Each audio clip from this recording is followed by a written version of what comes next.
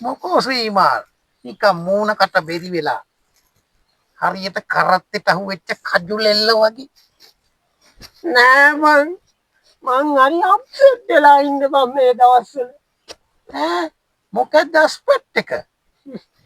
අස්පෙට් කියන්නේ බං මේ අපේ ගෑණි. ඒකේ හොරු කුට්ටප්පරයක් තියෙනවා බං. මේ අපේ රත්තරන් සුරංගි නංගි. ඔව් අතරන් සුරංගි. මට උදටම තේරෙනවා බං මේ හොරගල් අවුලනකොට වෙන්න බෑ මං හිතන්නේ. එන්න බෑ මං හිතන්නේ.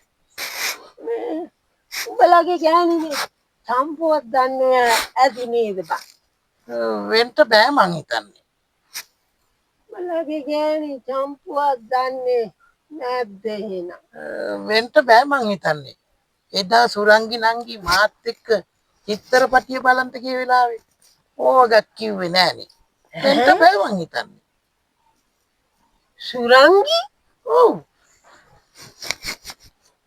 එකත් එකටම එන චම්පාවත් දන්නෙත් නැත්තම්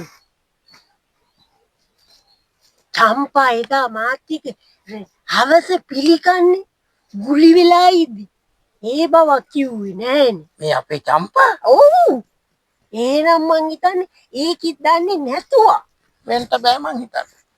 මේ එහෙනම් අපි ගොයින් යමු. අසයි මගේ වාඩියට ගිහිල්ලා දෙකක් දාගෙනම යමු. වෙන්න බෑ මං හිතන්නේ.